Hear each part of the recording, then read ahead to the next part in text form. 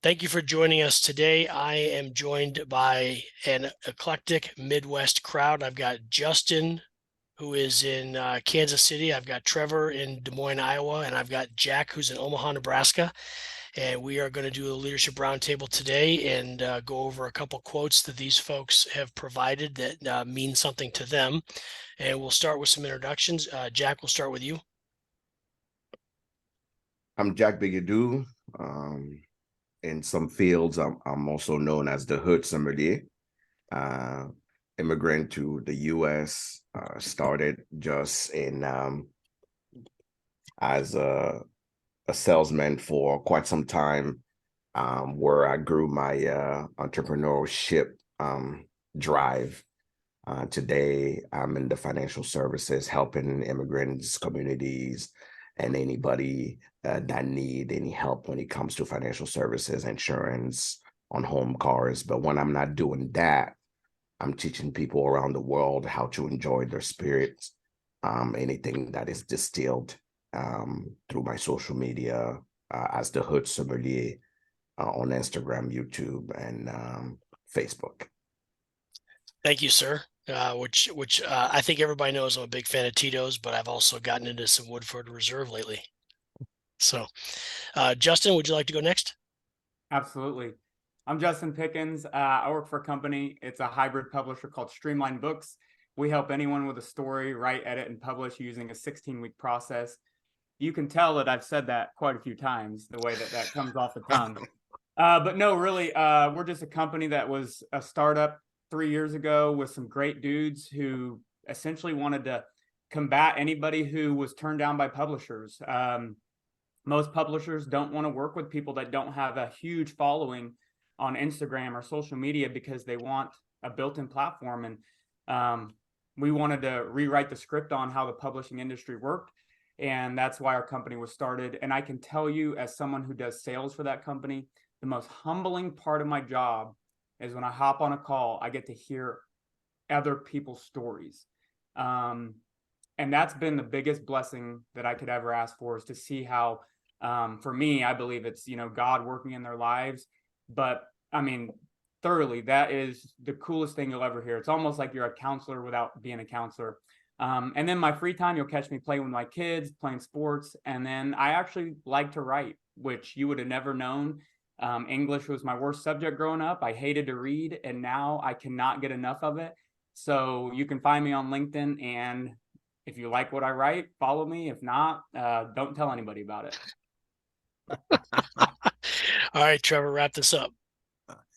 My name is Trevor Martin, and I am a leadership coach, mainly focusing on helping entrepreneurs, CEOs, and executives on the CEOs and executives role. Those that are kind of newly elected or have just been promoted to that role and need some support and some guidance. Somebody working with them, side by side, shoulder to shoulder, kind of navigating through their next steps. You can find me on LinkedIn and YouTube. I just actually started doing stuff on YouTube, but I also enjoy Justin talking about enjoy writing. I enjoy writing, and I enjoy painting and drawing. Very creative mind, or kind of imaginative mind. And I like taking the stories, what I found on LinkedIn is I like taking the stories that I create and then applying them to, to real life, leadership aspects that we can apply and hopefully use for forward progression and growth. So that's me. That's what I love doing. Awesome. Thanks, Trevor. And for those watching who are growing tired of seeing Trevor and I on the screen together, I'll just point out that, behind the scenes, Trevor and I have become buddies in this journey together. We both find ourselves at the same place, and we bounce ideas. So Trevor and I have both started this YouTube journey about the same time. And I think we started the journey with Justin about the same time as well. And so I want to jump right into some of these quotes. And Jack, I believe we're starting with you. The quote is, actually, this is one of my favorites, by the way. If you help enough people, you will end up helping yourself. And Jack, if you want to go ahead and start off and kind of talk through this one and why this quote means something to you and motivates you. Thank you. This quote for me is what I live by daily. When I started in the insurance business, one of the things my mentor, his name is Anthony Searcy, told me is you need to lean on your limitations. And one of the things as an insurance agent was I mean, it's better now, but I had a thicker accent then. I was maybe about six years in the US. I didn't complete my college degree at that time. I was a new father, and all I had going on for me was my personality. And what he told me is insurance or being a salesman was never about the sale itself. It's about helping people solve their issue. And the category that I was in was insurance. So he said, help people solve their insurance problem. It will just so happen that they will pay you for how you've helped them solve their issue. And because you've helped them, they're going to tell someone else about how you help them. And that person will come to you for the same help. And I've adopted that mentality when I walk into any meeting, any presentation.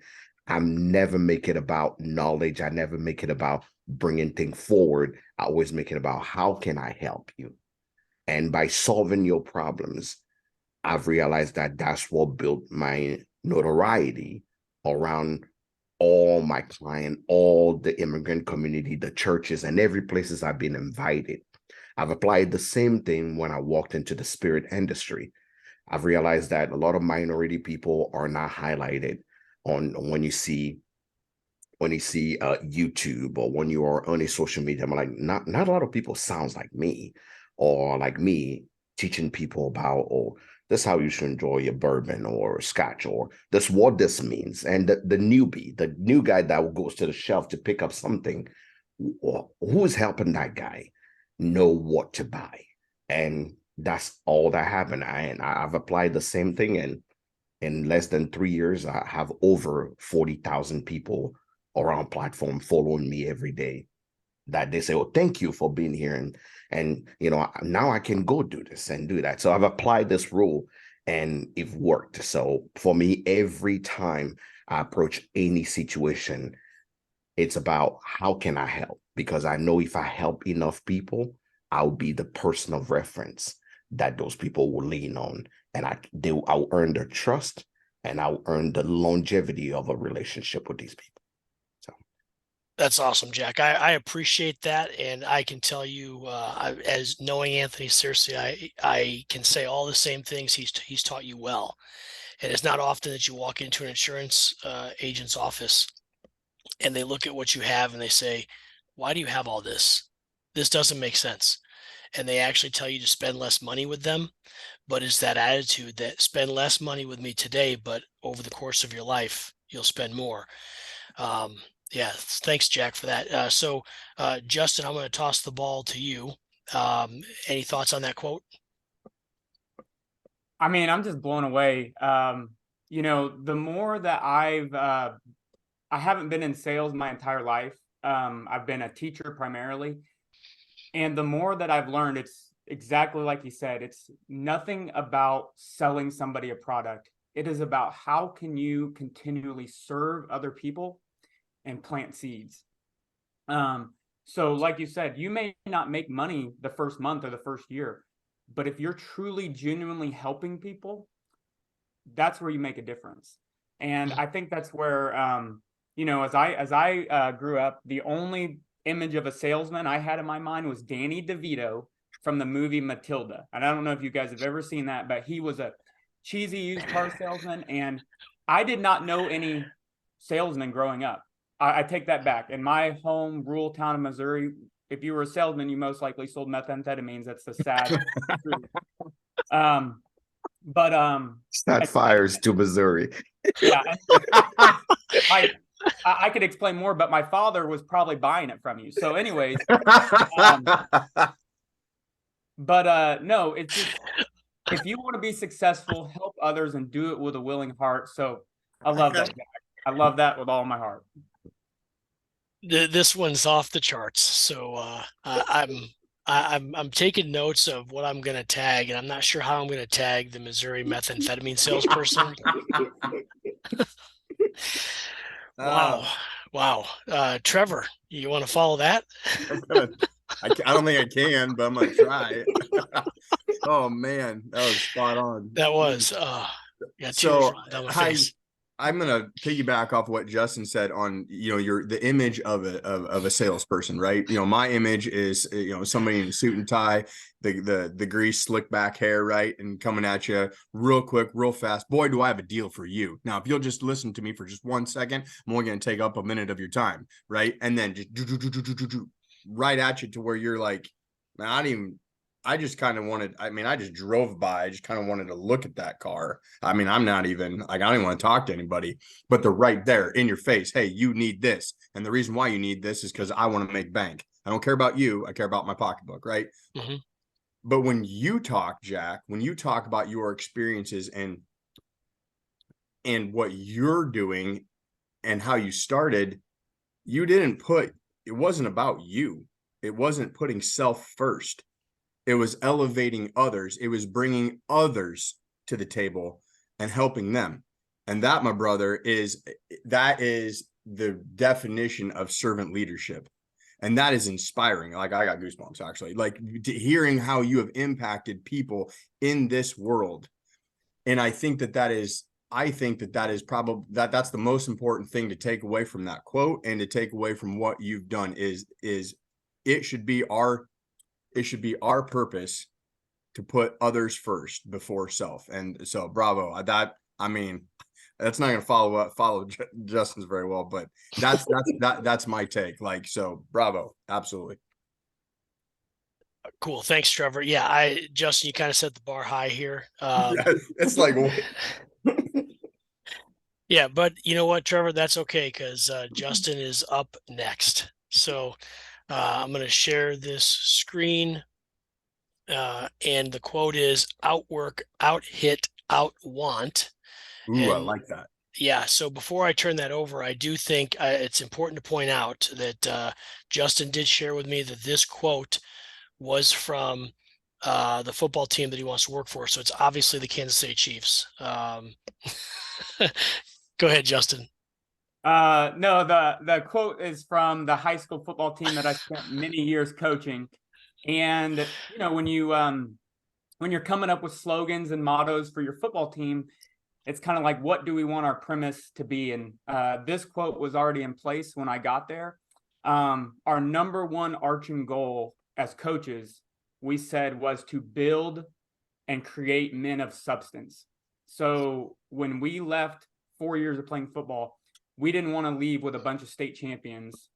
That would be great, but we wanted to create men of substance and character. And our motto was outwork, outhit, outwant. And I didn't want to come on this podcast and be like I'm a meathead. We're just good. Everything's about football, but it applies to life in general. Number one is outwork everyone. You may not be the biggest, the tallest, the fastest, the strongest, the smartest, but you do have the innate desire that if you want something, you can outwork. And I don't want anybody to go and leave here thinking that I got to put 14-hour workdays in. Some days you might. To succeed, you might have to do that. There are moments of imbalance, so you can later on be balanced in life. But first off, you got to outwork people. Next up is outhit. In football, it doesn't matter if you're 95 pounds or 215 pounds. I've seen the largest, strongest men be soft. It's how you use your body, and it's a mindset. If you want to run and knock somebody over, it's not running to them, it is running through them. It is a mental mindset that I am not going to let anything or anybody or anyone stop me from just making my goal, my dream come true. And that's where the outhit part comes in. It is a mental mindset. And then finally, it's the outwant part. So often in life, whether it be I want to succeed in business, or I want to succeed as a dad, or I want to succeed in my sport, sometimes you just got to want it more than other people. grit is something that a lot of people have read Angela Duckworth's book Grit. Why do so many So people good. go to West Point? Mhm. And every Love year that after book. year, yeah, year after year, why do people drop out? Why do the same people with these high test scores just leave? And it's really about, do you want it more than anybody else? And I think that involves goal setting and the stage in life where you're at and your passion and your perfect purpose. But again, that's my quote: outwork, out hit, and out want. Thank you for letting me share that. Well, thank you for sharing it. Jack, do you have anything you want to add to that to that recap of that quote? Yeah, as he's talking, I think that quote is a real sign of what we are all taught. You know, I always say there is a fine line between saying you're tough, right, and resilient. Mm, And Oh, yeah. resilience for me is all I, that's when he was talking, that's the word that kept coming to the front of my mind is resilient. When Mhm. I hear that quote, I'm like, yeah, when you're resilient, you outwork anybody. You never let anything step in front of you. It may block you, but you know you're gonna make it through. So for me, that's the word that come through, and that's what is resonating with me. You know, it remind me of that quote, you know, tough times never last, but tough people do. mm. Absolutely love that, man. Trevor, I know you got something to add to this. Man, I'm gonna tell you what, like as you're talking, my mind's going just 1,000 miles a minute. Yeah, so that quote is extremely, extremely inspiring. And the movie that is playing in my head right now is Remember the Titans. And you know, Denzel Washington taking the whole team and but what really sticks out is he's not worried. He's not worried about making a football player. He's not worried about making champions. What he's trying to do is he's trying to create harmony among humans. He's trying to bring people together and make better men and mold them into better men. And that quote, that part of what you said, Justin, is really just is, you know, that's sticking up here. I think that and it's your quote that it really it'll segue nicely into mine because the the world is dark and we need warriors with a bright light willing to do the work, Justin, that you're willing to do to help say, look, we're going to play some football, right? We're going to hit, we're going to get hit, but at the end of the day, I'm not worried about the trophy.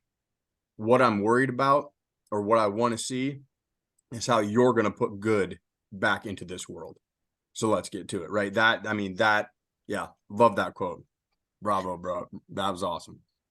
So I think you're going to see here why Trevor and I have gravitated to each other as kind of partners in this, because this is how the process works. I say, okay, on Saturday, I'm going to do this thing. And I want to bring together like-minded people, but yet different enough to challenge each other a little bit. And for those watching, these guys pick the quotes anonymously. They pick the quote, they sent it to me, and I don't even share it with them until the day before. But when these quotes started coming in, outside of the last one from Jack that I'm going to share, I'm looking at these quotes going, wow, I know exactly how this call's got to flow to tie all this together to make sense. And of course, you know, Trevor's already, Justin, what's the word for it in a book when you're hinting that something's going to happen later? Oh my gosh. Foreshadowing. There you go. Foreshadowing, yeah. Foreshadowing. Yep. So, yeah, so Trevor's foreshadowing for us here. So here's Trevor's quote is, "You're not out if you get knocked down. You're only out if you stay down." So, Trevor, walk us through that. So I'm not gonna lie, still to this day, like I don't know, I get chills up my spine whenever I read that quote, whenever I see it quote, and the quote is from Muhammad Ali, right? So he's talking about some of the things that he's been through and having to, you know, having to be in the matches and feeling like, man, I went down, but wait a minute, right? I just got knocked down. They didn't count me out. You know, it's not the 10 count that, you know, we're not done here. I'm just down for right now. But you best bet I'm getting back up. And when I do get back up, you're going to regret that, because I'm coming at you full steam. And what's crazy is it ties in with everybody's, Jack was talking about resilience, right? We got the mentality of, of Justin's quote, the mindset. It's all about the mind. And it's taking all of that, digging deep, getting back up and saying, no, here I am, and I'm coming for what's next. The reason why this quote speaks so much to me is because the world comes at us full steam every single day, and we are going to get knocked down. We're going to take a knee.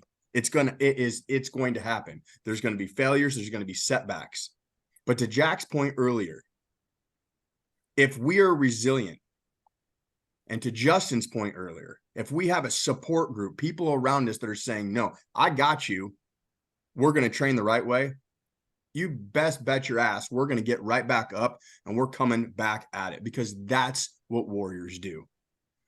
And that is the message that I hope people take away from this quote and pass along to, to those around us that need it. Because I'll be honest with you, I got to look at it weekly. I do, because it's a reminder that, hey, forward progression is key, and you can do it. There's no can't in it. Just get to it. Yeah, Trevor, it's interesting because how Justin, you mentioned earlier how God has a plan, and he's guiding us. And I've said this for a long time. I believe that we are presented with all these opportunities in the universe, and it's what we choose to do, how we choose to go down that path, the decisions we make. I wrote a paper about this a long time ago about free will. And like this week, as these things were coming together, and I started sending these messages earlier in the week from Raleigh, North Carolina, and it feels like I was there a month ago, because that's how long this week was. And then if you've read my stuff this week, or kept up on what my posts were about this week, it's all about, in my opinion, all these quotes, they tie in, and you've got to choose what you're going to focus on and how you're going to move forward. Because, to your point, Trevor, you got knocked down, and you have to choose how you get back up. You can get back up in a way that you get popped right back in the face again. You're back on the mat, or you can get up just a little smarter each time. So I love that. Justin, I'll toss the mic back over to you. You have anything you want to add on to that? No, I just love that. Some of my favorite times in life are when you've been knocked down, or I'll just keep it with boxing, you're up against the ropes. Right on. Some of our strongest moments are when we have nowhere to turn to and nowhere to run. Now in boxing, it's easy to stay down and just be like, if I let this guy count to 10, this is over and I can leave. But yeah, some of my best successes in life have been when I'm up against the ropes and I have nowhere to fail. I've already, pushed myself back up against the wall. And when you come out swinging and you come out with a fire, that resilience, going back to that word, that's what makes people successful. And and I'm not talking successful as far as numbers or bank account. Like, I'm talking just successful men in general, and leaders. And if there's women watching the show, anybody. But yeah, come out swinging when your back's up against the wall, and never quit. Don't sit there and just take being pummeled. Get back up. Do something about it, stay in the game. Man, I got to tell you, Justin, like, I'm sitting here going, I wonder if some of my best moment, I've never viewed, like, I don't know. I haven't viewed it that way. I've been like, wow, I'm up against it. I gotta rally. I gotta get my shit together. Right. And you're like, some of my best moments are when I'm like that. And I'm in my head, I'm like, wow, those are my worst, that's my worst moments. And now, it's just looking to what you said and going, well, duh, Trevor. Going back to what you're preaching, what's your mindset, right? What's my mindset during those times? So some of my best times, I appreciate that, bro. Like that. Well said. Jack, you look like you're deep in thought. I'm curious. I am so deep in thought right now, for if any of you guys are religious or spiritual in any way, this was meant to happen. This moment that we are in right now, it was meant to happen. It was. Because I will be honest, I got emotional for a minute there because I went through, I'm going through a really tough transition time. So there is only a few people that I had the opportunity to talk to say, am I looking at this whole thing wrong? Is this just a series of bad events, or is it just something that is just not working? And 2 weeks ago, I was telling someone, I say, it just seemed like every time I'm trying to push forward, something is just holding me back. So it's very interesting that in this moment, John randomly sent me this message about coming on a roundtable, and me sitting here listening to all of you guys bringing this thing up, almost like it was an intervention that I was set up for.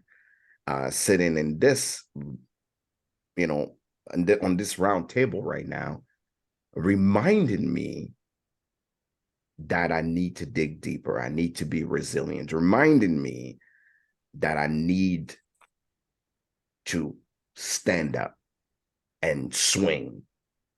So while you guys were all talking, something in my spirit just said you were meant to be here. You were meant to listen to this message. You guys don't know what's happening right now, but I can tell you that I was meant to wake up this Saturday and come here and listen to other men tell me that it's okay to stand up and keep fighting. So thank y'all. Just thank y'all for just bringing this part in, because I had no idea how this conversation was going to go. Thank you, Jack, for sharing that. That's a super vulnerable moment, and you're making me tear up just a little bit, because I literally just had this conversation yesterday with somebody, and I said, this person was talking about their prayer patterns, and I shared with them, and Jack, when I was there in Omaha, things were going great. I was happy, had a great job. Life was going down a perfect path. We had a great church. The girls were happy. And I just felt like I wasn't where I was supposed to be, even though life was great. And, I'd been praying on it for a year, that I just got to know where that sign is. And I've told you this story before. And Justin, Trevor, I don't know if I've told you the story, but that's exactly what it was. Is these things kept happening. I wasn't telling anybody. And this guy calls me. I accidentally answered the phone because I was trying to program my truck's Bluetooth to my phone, and things happened at that moment that I'm like, I thought I ignored it, but I actually answered it. It was weird. And he offers me a job, and I tell him no. I tell him no because my whole family is living there in Papillion, and they moved there because I moved there. And I'm like, I can't move. And I didn't tell him why. And then he called me back a few days later, and the offer was different. And the reason that I said no, he changed. And the only person I told was my wife. And unless he's Googling into my phone, like, the technology companies, then that's a joke. He's not. But every time I said no, this guy called back and the offer changed. And every time it changed, it was the exact reason I said no last time. And I finally looked at Rachel and I said, I don't think I can say no to this. And she's like, well, sure you can. Here's how you do it. And I told her, I said, I've been praying on this and these things have happened. And as soon as I told Rachel that, she said, all right, we'll move. There was no questions asked. It was okay. And Jack, here's the thing. So I don't know. I surround myself with people who motivate me, people who I look up to. And that's why you're on this call today. That's why Trevor, that's why Justin's on this call. And that's why everybody has been on these calls with me, because they're doing something that I'm looking at saying, I admire that. And, you're on the call because that I was told, put you on the call, get this group of guys together. I agree with you. I think this was meant to be. And the fact that these are four people, Jack and I have known each other, but this is essentially four folks who have come together and are new to each other. but yet we're laughing, we're joking, we're telling stories about our successes and our failures, like we're best friends and we went to high school together, we've known each other forever. We were meant to be here today. This is our journey. This is our path. So Jack, I'm grateful. I want to shut up so the other guys can have a chance to talk as well, because that's part of why I do these group calls, so that I don't have to be the voice talking all the time. But thank you for that vulnerability. It means more than you know. Justin, I'm going to toss it back to you. One thought that I had during, well, even leading up to this conversation, because I've spoke to John, I've read Trevor's works, and is I think all four of us, we have had a moment in our life where people are starting to come to us, and for me it's LinkedIn. People are messaging me and they're saying, dude, you're an amazing writer, like how do you do it? And I've had that message happen enough times where I'm like, what are you talking about, man? I'm just out here winging it.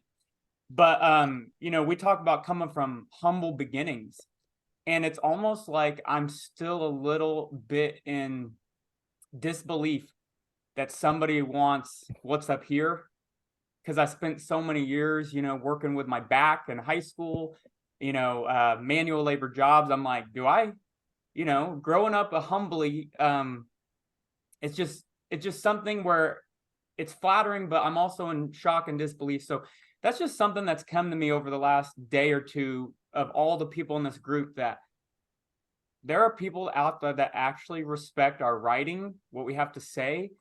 And it's quite humbling. So I'll throw it back to anybody else that has any thoughts on that. I can tell Trevor does. I can see it in his eyes. Oh. Well, I know it's that YouTube pause that, yeah. Do I want to say this on YouTube? Yeah. Here's the deal. I'll level with y'all. Struggle when God or Jesus or prayer comes up. I'm not gonna lie.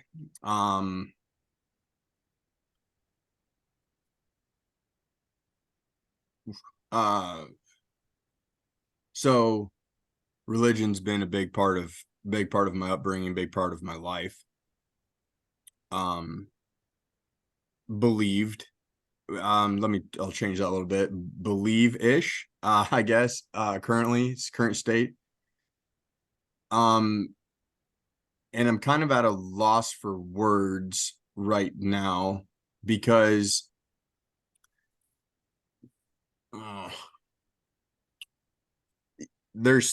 you ever had certain things where you keep saying, nah, like I don't need to hear that. I don't want to hear that. Right. Okay. That's, yep.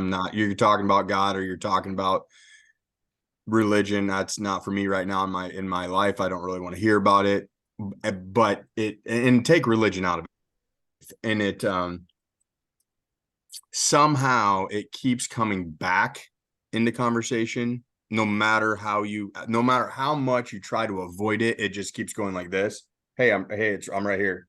I know you keep trying to brush it off, but like I was right here. So that just so you know, that's what y'all are doing right now. And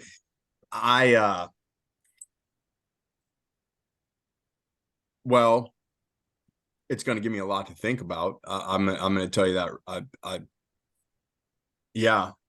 Go ahead. I would tell you something, Trevor. Coming from West African culture, we have other religions that are not necessarily Christian, right?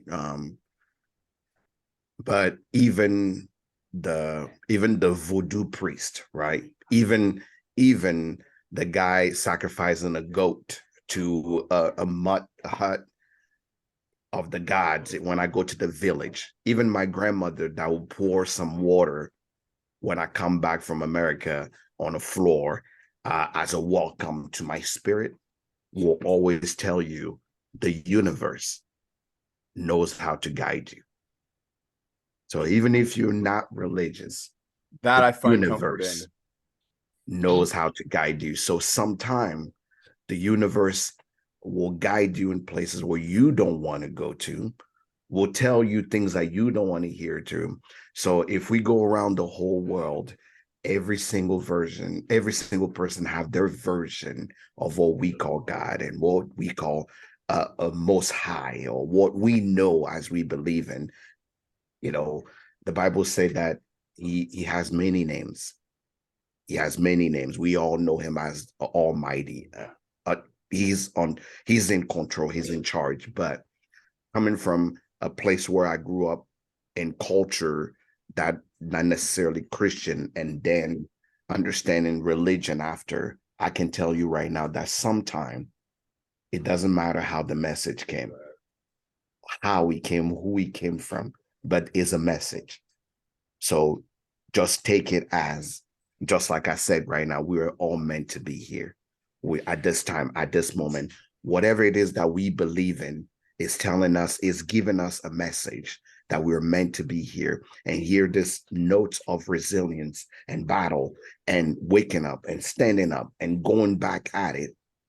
So whatever it is that you believe in, whatever you believe is guiding you as a person right now at your core and keeps you anchored, that thing wants you to listen. That's the best way I'll put it. I appreciate that. I do. That's powerful. And I'll wrap this part of the conversation up to say, things happen in life. And for a long time, I said to myself, I was raised in a predominantly Catholic family and raised a certain way. And I got to a point, and I'm just being honest, as silly as it's going to sound, because I struggle with this as a dad. When I learned that the Easter Bunny wasn't real, that Santa Claus wasn't real, that these were all spirits of giving, the Tooth Fairy, all that, I had a hard time, and I questioned everything. I doubted everything, and there's no limits to everything.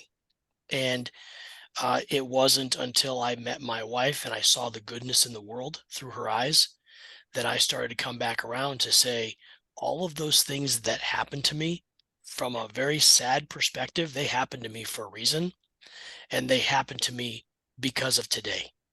And that's where I've arrived. Is I have gone through this journey where I'm not afraid to speak about what I believe in, and I'm not afraid to talk about what I don't believe in.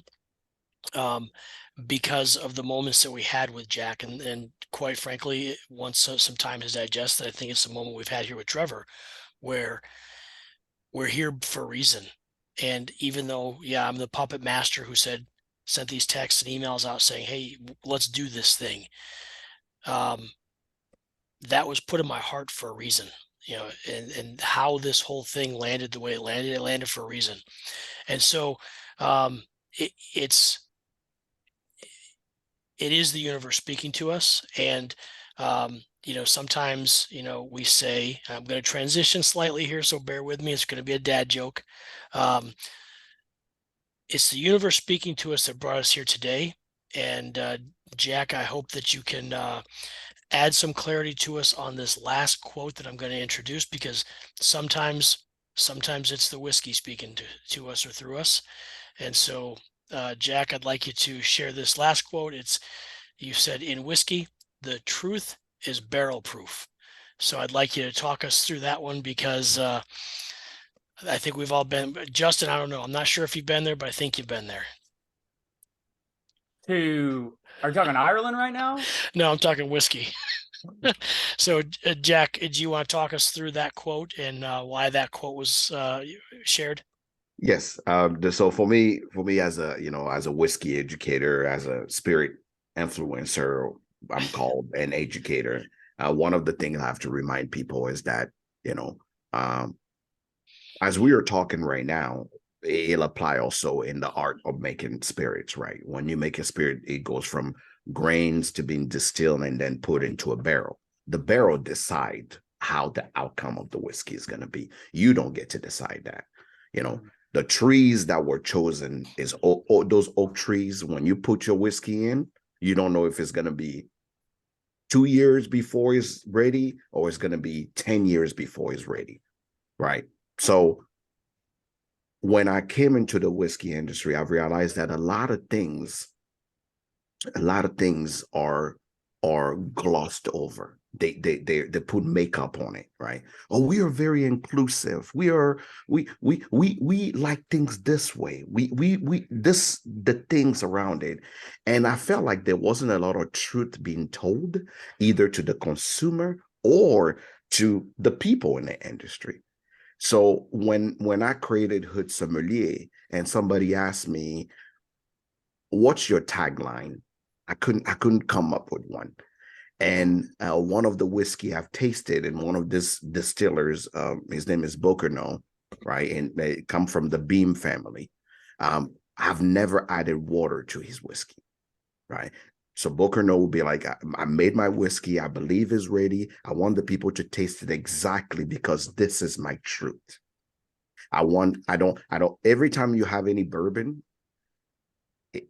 that has been standard on the shelf, they added water to it. They have to water it down to 45% alcohol per volume to make it palatable for people. But if you had any barrel proof whiskey, that means that when it means barrel proof, that means the same when it got into the barrel and it was dumped out, that's exactly how the whiskey is. So usually those are usually high proof and hot and, good and authentic, and it's everything. And listening to that Bokerno come from one of the longest living family that made whiskey, that say, this is my truth. This is exactly how I want people to taste my whiskey. From that day forward, I say, you know what? When it comes to whiskey, the truth is barrel proof. You cannot mask it.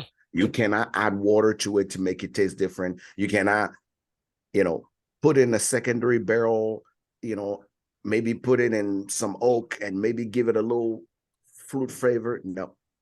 Let's have it raw, straight, authentic, and let the consumer, when you give them that truth, for them to decide, maybe I'll add a couple drops of water, or maybe I'll have it on ice, or maybe I'll put it in my Jack and Coke, or maybe I will do these things. Because once you receive that raw truth to you, the same way we were being very honest with each other today and telling each other this truth, when I was telling Trevor, this is your message. Doesn't matter how it comes, but this is your message.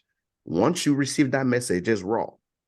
Whatever you do with it, it's going to determine how you're going to make use and enjoy this message that comes to you. So for me, the truth is always barrel proof. It is raw. It is harsh. It is as authentic as it could be. Well, I love the correlation of the truth in whiskey. So I appreciate that explanation. I learned something today I did not know.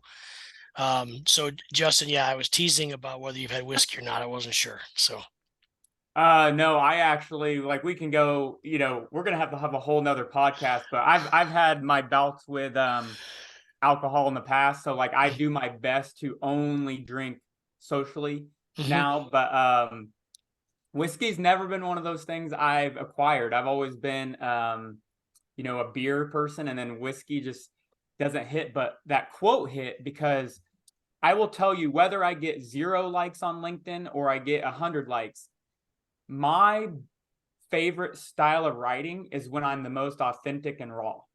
And I know it's going to be a true, good, raw story when I start to cry during a post. Like when I'm writing a post, I have so much pain and, sadness and heartache or happiness. If I start to tear up, I'm like, I don't care how many likes this gets. It's a good post. But I will say the posts, even if they succeed on LinkedIn, if I've watered them down to make them fit a certain, prospective client or anything like that, I don't feel real. I don't feel authentic, and I don't feel raw. And to me, those aren't my true self. So I love it. When I write, when I write my real, true life stories, I want to be real, authentic, and raw. And, sometimes that's not meant for LinkedIn. Sometimes that's meant for a book that somebody's going to have to go and buy. So, yeah, that just gives me something to chew on. And I appreciate that quote. thank you. Trevor? Yeah, that so it's crazy Jack, how you're talking about the universe sending messages and how it's just all of that, and then to loop back and tie it in with, hey, by the way, the truth oh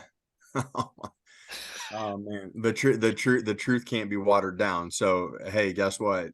Remember how I said like it's right here and you keep trying to bat it away, but then it keeps coming back and back and back, and it's not watered down. It's like, hey, to your point, it's gonna be stout enough that it's gonna knock you on your ass like that. So I'm not gonna lie, Jack, that's been, I mean, I love you all, but that right there has been my favorite part of this whole thing. Like I'm telling you, I'm going to be painting later on, and not a picture, but just house walls. And I'm going to be thinking, like, I'm going to be writing in my head. And Justin, to your point about being authentic and how you start to tear up or you get happy or whatever, bro, like when I'm starting to write a story, for me, it's when I notice that I don't care about the typos, that my thumbs are moving so fast on my phone that I'm just like, right. And I'm like, okay, yeah. Oh yeah, that's awesome. Oh, I love it. Oh yeah, it's great. It's great. Great. Post. And then it goes, and you look back like, all right, cool. Nice picture. I like the post. Then you start to read. Oh God, edit. right. You're like, oh no, I didn't mean. So I totally get that, right? When we're authentic, when the real stuff, which I'll be honest, I don't know if you can tell this or not by today, that's hard for me. Like the real stuff, the stuff that's in here, trying to pull it out, that almost makes you look like, or not almost, it actually, it makes you're vulnerable. Your iron's down, your iron's off, your shield's down, right? You're kind of opened up a little bit, not as rough and tough, and that's hard for me. So I mean, yeah, John, that's all I got. Like on my mind. That's okay. I knew where we were heading, and I didn't know that in advance, obviously, because I had no idea the words that were going to come out of your mouths. But I saw the look in your eyes as I called it out, and then when you paused, I'm like, oh boy. And so I wasn't quite sure how to swoop in. And Jack, I think you did a phenomenal job. And as you were talking, I said, I'm glad Jack started talking because that's not where I was going. And Jack, you are here today for a reason. Brother, yeah. And I hope that the three of you connect with each other because, we talk about authenticity, and Jack is one of the most authentic people I've ever met. And I love the guy. And there's nothing that was said here today that I disagree with. And Trevor, I will share this with you in closing. We've talked about our writing and the stories that we have, and Trevor and I have told each other a lot about the stories that we haven't shared with many other. And I recently told Justin, and I'm struggling on that last chapter. It's the chapter I don't know if I want to write. And I told Justin in one of our last calls that because of meeting Trevor, I have arrived at a spot where I know today I don't have to tell that story to tell that story. That story can be a part of my past, and it can be a part of what fuels me and drives me forward. And I never have to talk about it again. It doesn't have to be what defines my strength. And, it is, telling the story hurts other people probably more than it hurts me. And those are people who don't know the story. Those are people who are in the story. And, it's still a struggle I have to this moment because I don't know that it makes who I am a stronger, weaker, better, or worse person, but it is a story that makes me. And it's really that one last piece of me that's me. That is, it's what I own. And the moment I put that, and as you said, Trevor, that story is here. The moment I put that story here in the laptop and share it with Justin or his editors, that story becomes the world's story. And I've got to decide whether the world needs to hear that side to make and to validate and to justify why my words matter and why I can help them live a happier life. And that's ultimately what my goal is I want all of you to walk away from this call today a little bit happier. And maybe you can go out there and make somebody else happy too. So, um, I will, in wrapping all of this up, I will share all of the links to the gentlemen that are here today, to their websites, how you can track them down, how you can connect with them. And I can tell you, if you're watching this video still, thank you. I appreciate that. And, I've thrown some little Easter eggs into some of the other videos that I've done just to see if people actually watch them to the end. And, Trevor, your coffee cup is cracking me up. Jack was trying to share a heartfelt story, and, and you take a drink of the coffee, and I'm like, dude is literally, I mean, you can tell he's from Iowa. So, um, and, I love Iowa. That's not a slam against Iowa, but, Nice plug. yeah. Well, I love Nebraska's new slogan, "We're not for everybody." I love that. And truly, they're not for everybody. So I'll leave it at saying thanks for watching. Please join me in supporting these gentlemen in their cause. I think if nothing else, you've learned from watching this video that these are real men with real struggles, with families, with jobs, and they're just trying to make a difference in the world. So you've seen them at their best and their worst in this call. You know they've got a good sense of humor, but you also know they've been through some of the same struggles you are. Reach out to them. If you happen to live in Omaha, Nebraska, Jack is probably the finest insurance agent you're ever going to find. And you know that you're going to get a man who will tell you the truth. So thank you again for watching this. I hope you've subscribed. If you haven't, please do so. And if you hit the notification bell, you'll be notified when new videos post. Thank you, and I hope you enjoy the rest of your day.